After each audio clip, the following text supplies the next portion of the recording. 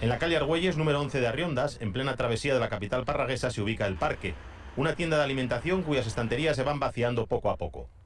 Y es que a sus 60 años y tras 42 cotizados, María José Tereñe, su titular, ha decidido jubilarse tras incorporarse al negocio familiar nada más acabar el instituto. Yo con 18 años, cumplidos de abril, dejé de estudiar en junio y me incorporé a la tienda.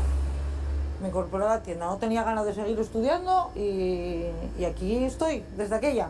Aunque en otro local distinto al actual, fue su madre la que cogió la tienda en 1971. A María José siempre le gustó.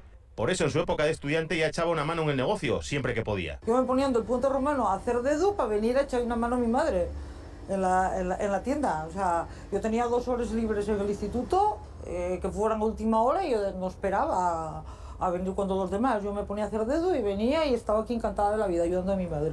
Esta parraguesa encara su jubilación ilusionada, porque esa nueva situación le dará mucha más libertad. Cierro una etapa que fue ilusionante, pero es que yo creo que el futuro lo tienes que ver con ilusión. O sea, y yo lo miro desde ese punto de vista. Yo creo que no voy a echar en falta la tienda para nada.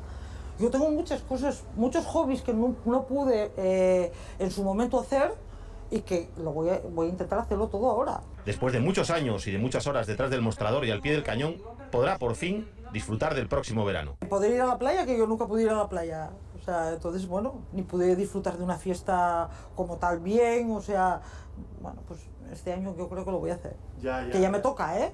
Yo creo que ya me toca. A fin de hacer frente a la competencia de las cadenas de supermercados, esta comerciante optó por dotar a su negocio hace años de pequeñas secciones propias, como un herbolario, la comida dietética o los productos de Rumanía, muy demandados por la colonia de ese país asentada en Parres y otros concejos vecinos. Yo tengo clientes de Arriondas, de Cangas, de Ribadesella, de Llanes, vienen gente de Llanes, de Infiesto. En Infiesto también hay algún rumano que también viene. Bueno, muy bien, una sección que funcionó siempre muy bien. Por más que su cierre esté ya próximo, la tienda de María José seguirá abierta hasta el último día, en su horario habitual de mañana y tarde de lunes a viernes y las mañanas de los sábados.